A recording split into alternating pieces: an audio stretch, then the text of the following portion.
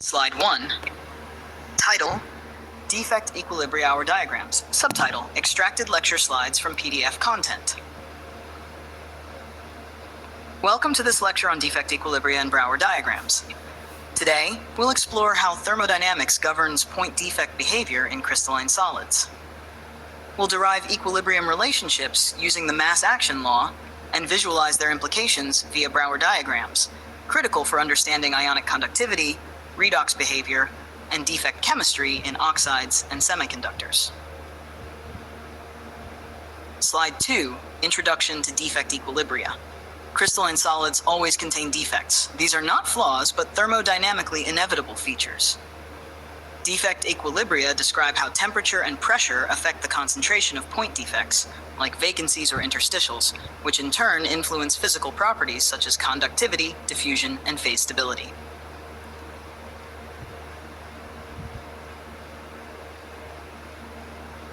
The change in Gibbs free energy, del G equal delta H minus T del S, determines the spontaneity of defect formation. If delta G 0, the formation of defects proceeds spontaneously. At equilibrium, delta G equals 0. Thermodynamic arguments explain why solids, even at low temperatures, contain defects. Entropy gain, especially configurational, can offset the energy cost of forming defects. Slide 4. Schottky and Frenkel defects. Two major classes of intrinsic defects dominate solid-state chemistry. Schottky defects involve the formation of paired cation and anion vacancies, maintaining charge neutrality. Frenkel defects arise when an ion vacates its lattice site and moves into an interstitial position. Their equilibrium concentrations depend on the enthalpy and entropy of formation and are key to ionic transport. Slide 5. Law of mass action in solids. Similar to chemical reactions, defect formation can be expressed using mass action laws. Concentrations, expressed as site fractions, appear in equilibrium constants. These constants are exponential functions of enthalpy and entropy. K equals xp and delta H to RT, xp delta S where R. Correct use of thermodynamic models enables us to predict defect behavior and model solid solutions. Brouwer diagrams.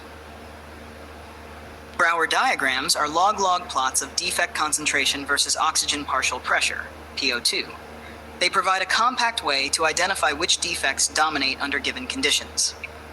Slopes indicate the charge and stoichiometry of defects. For example, a slope of minus 1,6 implies doubly charged oxygen vacancies are dominant. Slide 7+, Extracted Figures, Brouwer diagrams. Each subsequent slide contains figures extracted from the PDF, especially schematic Brouwer diagrams. Narration for figure slides, generic guidance, tailored for each figure.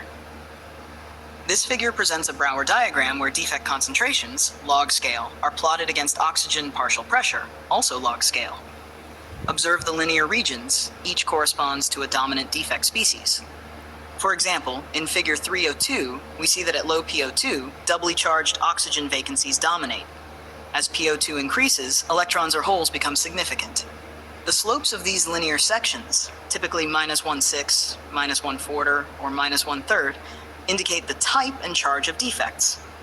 These transitions help identify operating regimes in materials like TiO2, UO2, or CoO, where conductivity type switches between N-type and P-type.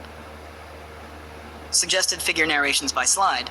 Figure, thermodynamic defect formation, figure 3.1. This schematic illustrates the Gibbs energy curve with varying vacancy concentration. It shows how delta H increases linearly, while entropy increases logarithmically, leading to a minimum in Gibbs energy at equilibrium. Figure, simple Brouwer diagram, figure 3.2.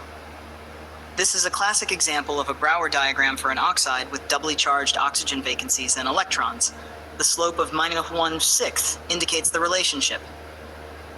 PO2 minus 1/6.